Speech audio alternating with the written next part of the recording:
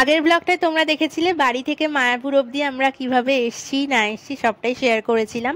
তারপরে আসার পর অনেকটা ক্লান্ত হয়ে গিয়ে আমরা বলেছিলাম যে আর সন্ধেবেলা থেকে ব্লগটা আবার স্টার্ট করব। সেই কথা রাখতেই এখন থেকে এই ব্লগটা স্টার্ট করছি। আর এখন যাচ্ছি জানো কোথায়?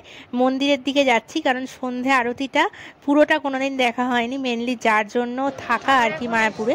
হচ্ছে আরতি দেখতে, সন্ধ্যা আরতিটা আজকে তো যেহেতু শনিবার ওই জন্য মনে হয় যে বের করে ঠাকুর, ওটা জানি, ওই জন্যই আসা আর কি শনিবার দেখে।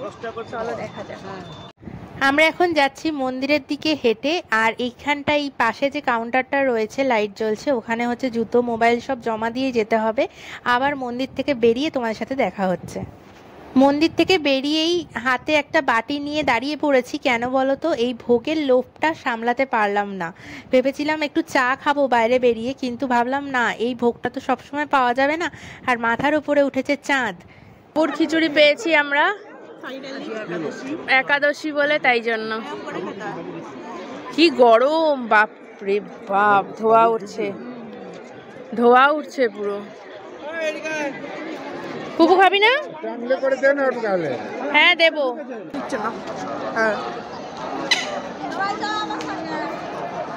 কোনো মশলাপাতি নেই, কিন্তু কি টেস্ট। এখানে আমরা সবাই মিলে দাঁড়িয়ে বসে খিচুড়িটা খাচ্ছি, আর খিচুড়িটা হচ্ছে আজকে সাবুর, কারণ একাদশী তো, ওই জন্য এখানে চালের কোনো ব্যাপার আজকে হবে না, তাই জন্য। আমরা তো খিচুড়ি খেয়ে নিয়েছি, আর পুপুর খুব জোরে খিদে পেয়েছে। পুপু খায়নি সাবুর খিচুড়ি, বলছে মা কীরকম খেতে হবে, তাই জন্য। কিন্তু প্রচণ্ড টেস্ট, মশলাপাতি সব ছাড়া, হলুদও দেয়নি এমনকি, কিন্তু এত টেস্ট হয়েছে। তাই দেখি এখানে একটা সামনে একটা রেস্টুরেন্ট মতো আছে, ও যদি প্রসাদটার মধ্যে না মানে সাবু আর নানা রকমের সবজি দিয়ে, এমনকি গাঁঠি কচু পর্যন্ত দেওয়া, কিন্তু মুখে লেগে থাকার মতো একটা টেস্ট, মানে বাড়িতে করলে না এরকম টেস্ট কোনোদিনই হবে না। সে চালের খিচুড়ি করি আর যাই করি। তো পুপু এখানে খাচ্ছে ফ্রেঞ্চ ফ্রাই, আর এইটা কি বলতো, সাবুর পাকোড়া। ওই যে বললাম আজকে অন্য কিছু হয় না, সাবু দিয়েই সব কিছু হয়। কত রেসিপি যে সাবু দিয়ে হয় সেটা আজকে এই রেস্টুরেন্টে এসে আমরা দেখতে পেয়েছি। এখন চলে এসেছি হোটেলে, আর হোটেলের উঠোনে দাঁড়িয়ে রয়েছি। বল বল বল বল বল। বাবা,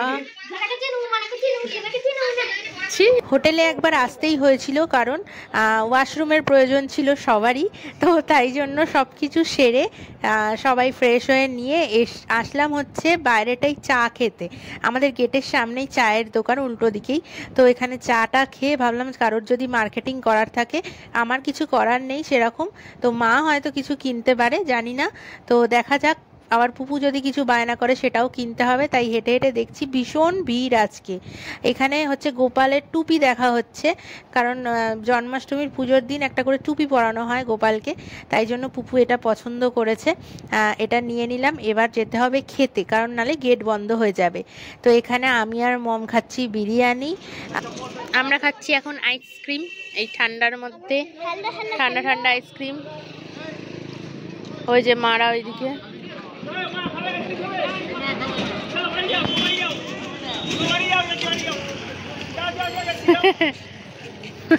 মারা বলেছে খাবে না, তাই জন্য বাবাই বলছে বাড়ি যাও বাড়ি যাও বাড়ি যাও। বা প্লেনই প্লেন প্লেন, যা খুশি। এখন আমরা ঢুকে যাচ্ছি বাড়ি। এখন ঘড়িতে মোটামুটি 9:30 মতো মনে হয় বাজে, 9:30 পৌনে 10টা হবে না, তো পৌনে 10টা মতো বাজে। আমরা ওই দেখ ফেললি ওটা।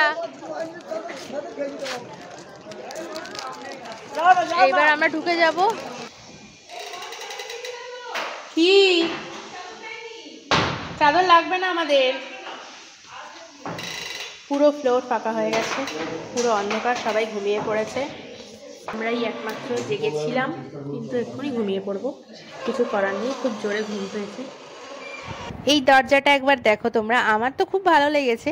নেটের প্রথমে দরজা একটা ছিটকানিওয়ালা, এমনিতে সেফটি রয়েছে, আর মশাও ঢুকবে না, কোনো পোকামাকড়ও ঢুকতে পারবে না। আবার তারপরে এই দরজাটা যদি কারো গরম লাগে খুলেও রাখতে পারে সে। হ্যাঁ, এখন ওই ঘর থেকে একটু কোল্ড ড্রিঙ্কস নিয়ে এসে মহারাজকে দিলাম। এবার শুয়ে পড়বো।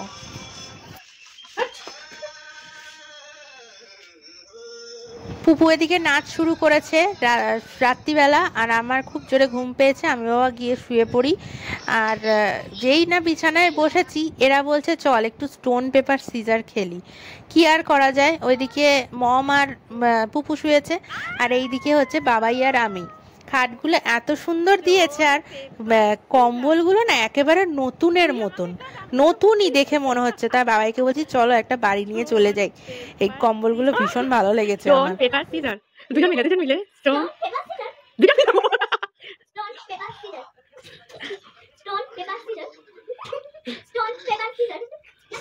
সকাল সকাল ওঠার পরেই এখান থেকে মন্দির দেখার আনন্দটাই আলাদা একেবারে।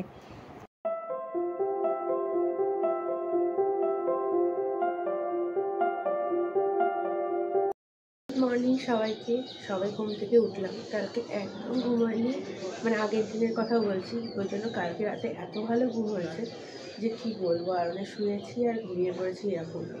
আর সকাল সকাল উঠে মন ফ্রেশ হওয়ার জন্য আর কি এই পেছনের ব্যাকগ্রাউন্ডটাই যথেষ্ট, তাই কি না? তোমরা কি বলো? মানে এত সুন্দর পরিবেশ, আরও দুদিন থেকে গেলেও কিছু কম হতো না। আজকে বাড়ি যাওয়ার ডেট আমাদের, একটা রাতই থাকার কথা হয়েছে, কিন্তু এখন মনে হচ্ছে এই যে পেছনের ব্যাকগ্রাউন্ডটা, সামনের সিনারিটা প্রচণ্ড মিস করবো। আর ওই দিন থাকলে ভালো হতো। আর সব থেকে বড়ো কথা, আমরা হোটেলটা এত ভালো পেয়েছি, তোমাদের বলেছিলাম আমরা ডিটেলসটা জানাবো। তো হোটেলের নাম হচ্ছে নমহট্ট। মানে এই গেট দিয়ে ঢুকতেই আর কি, পেছনের গেট এটা মনে হয়। আমি তোমাকে ব্লগের শেষে বলবো তোমাদেরকে কত নম্বর গেট। আমার মনে হয় এটা 2 নম্বর গেট। তো এই গেট দিয়ে ঢুকেই একদম প্রথমেই যে বিল্ডিংটা সেটাই নমহট্ট। তো এখানে আমরা পেয়েছি হচ্ছে 800 টাকা করে ভাড়া এক এক দিনের আর কি। আমরা 2টো রুম নিয়েছি, আর 10টায় হচ্ছে প্যাক আপ টাইম আর কি। তো 10টায় তো আমরা বেরাতে পারবো না, আমরা বেরাবো হচ্ছে ওই 2:30টে নাগাদ এখান থেকে। তাই জন্য এই ঘরটায় হচ্ছে ভেবেছি আর এক দিনের জন্য আমরা নিয়ে যাবো। তো দিতেই হবে ওই 100 টাকা আরও এক্সট্রা, ওই জন্য।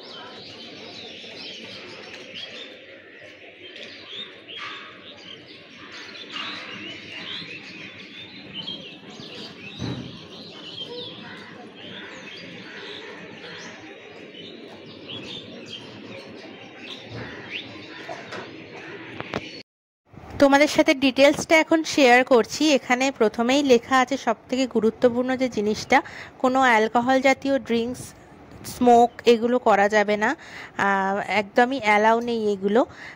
আর হচ্ছে এখানে মাছ মাংস আমিষ জাতীয় যে জিনিসগুলো সেগুলো এনে এখানে খাওয়া যাবে না। আর আরও যে ডিটেলসগুলো রয়েছে, মানে মন্দিরের টাইমিংটা, এই যে আমাদের এই বিলটা তোমাদের দেখি শেয়ার করলাম।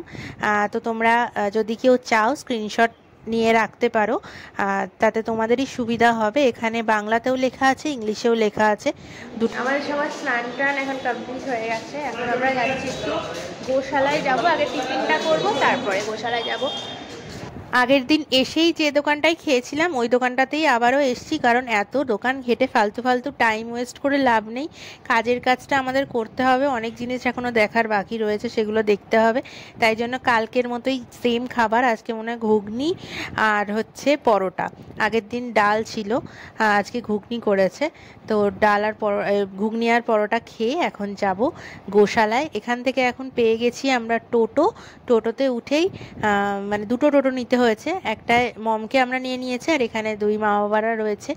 আর এত রোদ না বাইরে, মানে মানে মনেই হচ্ছে না যে শীতকাল। ওই যে আসার সময় তোমাদেরকে বলছিলাম যে আমি একটাই সোয়েটার নিয়েছি, সোয়েটার তো দূরের কথা, মানে গায়ে কিছুই রাখা যাচ্ছে না, সোয়েটার চাদর কিচ্ছু না। মাদের টোটোটা আগে যাচ্ছে আর তারপরেই আমাদের টোটোটা যাচ্ছে। এখন আমরা গোশালার পথে রওনা হয়ে গেছি। আমি না এতবার মায়াপুর এসেছি কিন্তু কোনোদিনও গোশালায় যাইনি। সবাই শুনলে একটু অবাকই হবে হয়তো, কিন্তু যেটা সত্যি সেটা তো সত্যি, আমি কোনোদিনই যাইনি।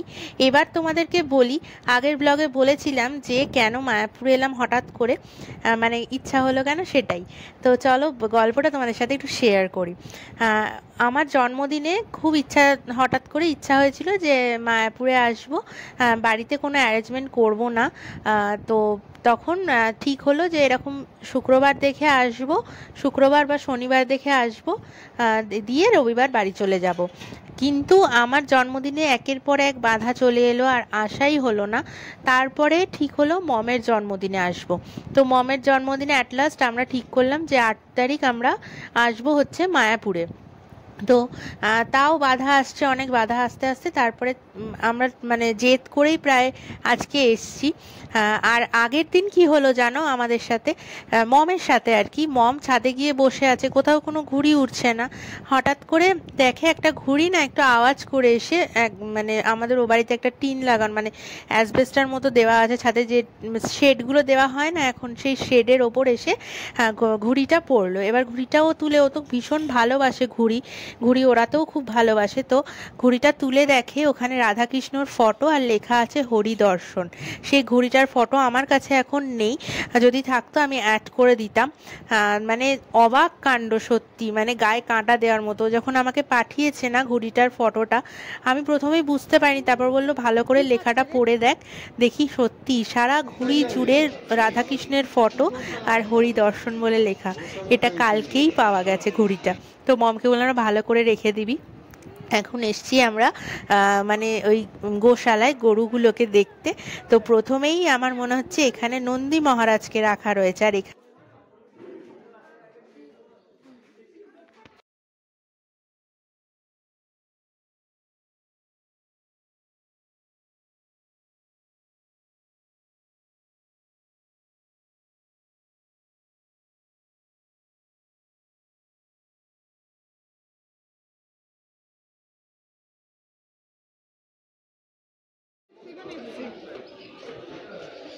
ওই দেখ ও গুতিয়ে দিচ্ছে একে আবার।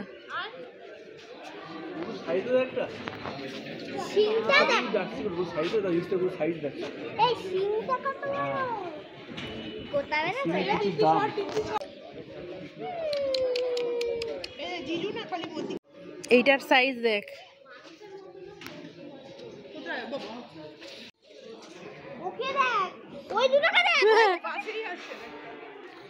এত বড় জায়গা নিয়ে গোয়াল ঘরটা সত্যি কোনোদিন আমি দেখিনি এসে, তাই জন্য বেশ ভালোই লাগছে আমার। এখানে দুধ খাচ্ছে ওর মার ছোট্ট বাচ্চাটা। কি খাচ্ছিস? ভালো, তুই ধরে নে হাত বাড়িয়ে। আমরা নিয়েছি হচ্ছে এত গরমের মধ্যে লস্যি, একদম মানে বরফ কোচানো। তো চলো লস্যিতে চুমুক দেওয়া যাক, কিরকম টেস্ট দেখা যাক। অসাধারণ খেতে ছিল লস্যিটা, মানে মনে হচ্ছে সবে কেউ টাটকা দই দিয়ে আর কি লস্যিটা করে দিয়েছে, এত ফাইন খেতে। আর তার মধ্যে বরফ কুচো করে দেওয়া, তো দারুণ লাগছে।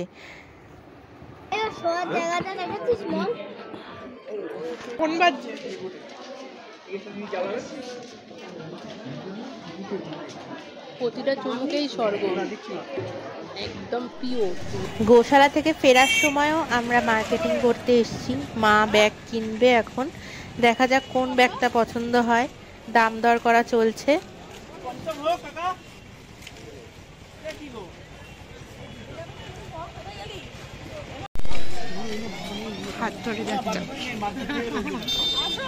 আমি আর মা দুজন মিলে এখন ব্যাগ চয়েস করছি। আমার খালি মতামত হচ্ছে আমাদের ওখানের থেকে কোন জিনিসটার এখানে দাম কম, আমি সেটাই এখান থেকে কিনে নিয়ে যাব। তাই জন্য এত লেট হয় আমার জিনিস বাছাবাছি করতে। তো অ্যাট লাস্ট একটা কিনলাম। আর খানিকক্ষণ পরেই আমাদের ট্রেন, হাতে আর কিছু সময়, তাই জন্য আমরা একটু সবাই মিলে উল্লাস করে নিচ্ছি। লাস্ট প্র্যাকটিস হচ্ছে এইটা, ডুমরু বাজিয়ে। আর হচ্ছে মম ওই যে মীরার হাতে যে ডুমরুটা থাকে ওটা।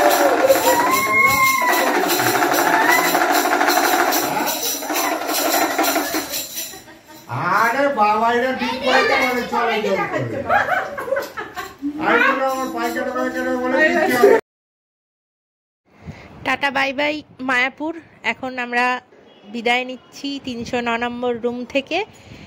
লিফট আছে, লিফটে করে এবার আমরা নিচে নেমে যাব, কিন্তু অনেকক্ষণ দাঁড়াতে হচ্ছে, এটাই অসুবিধা। দেখা যাক কখন লিফটটা আসে।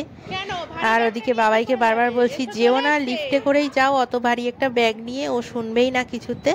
তো যাই হোক, দাঁড়িয়ে আছি আমরা এই কজনেই। এখন যাচ্ছি বাড়ি, সব প্যাকিং হয়ে গেছে দেখলেই। কি ওরকম করি ট্রেন কটায় না আমাদের উপরে না নিচে? নিচে ওখানে আছে।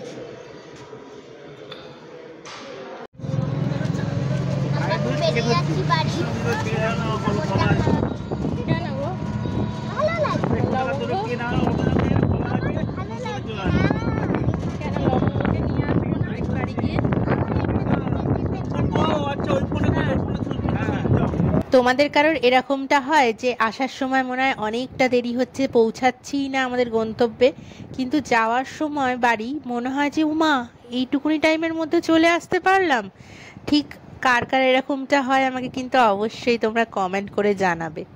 4:30-এর মধ্যেই আমরা স্টেশনে চলে এসেছি, কিন্তু 4:30-এর যে ট্রেনটা, সেই ট্রেনটায় এত ভিড় যে আমরা উঠতেই পারিনি। কিছু করার নেই, যেহেতু ব্যাগ রয়েছে, বাচ্চা রয়েছে, ওই জন্য ভাবলাম না পরের ট্রেনটাতেই যাব। সেটা মনে হয় ওই 6:15 নাগাদ ট্রেনটা, তো ওটাতেই যাব। আমার তো তাড়া কিছু নেই বাড়ি যাওয়ার জন্য, শুধু লবঙ্গকে আনতে যেতে হবে। অ্যাট লাস্ট আমরা ট্রেনে বসতে পেরেছি 6:15 ট্রেনটায়। এখনও ছাড়েনি ট্রেন, কিছুক্ষণের মধ্যেই ছাড়বে। স্টেশনে নেবেই প্রথম হাতে একটা চায়ের কাপ না নিলে মনটা একদম ফ্রেশ করা যাচ্ছে না। তো চলো চাটা আগে খেয়েই তাড়াতাড়ি করে বাড়ি গিয়ে লবঙ্গকে আনতে হবে। এবার অনেক ক্লান্ত আজকে, বাপরে বাপ, লবঙ্গকে নিয়ে আসা নিয়ে প্রত্যেকবার একটা টেনশন থাকে, আর যাওয়ার আগেই তোমরা রান্নাকাটির রেস থাকে একটা। তো যাই হোক, এখানেই শেষ করছি ব্লগটা। কিছু যদি ভালো লেগে থাকে লাইক কমেন্ট শেয়ার অবশ্যই করে দিও। সাবস্ক্রাইব করে কিন্তু একদম ভুললে চলবে না, বেশি বেশি করে সাবস্ক্রাইব করে দাও চ্যানেলটাকে, যাতে আরও এগিয়ে যেতে পারি। সবাই ভালোবাসা দিও, সবাইকে গুড নাইট।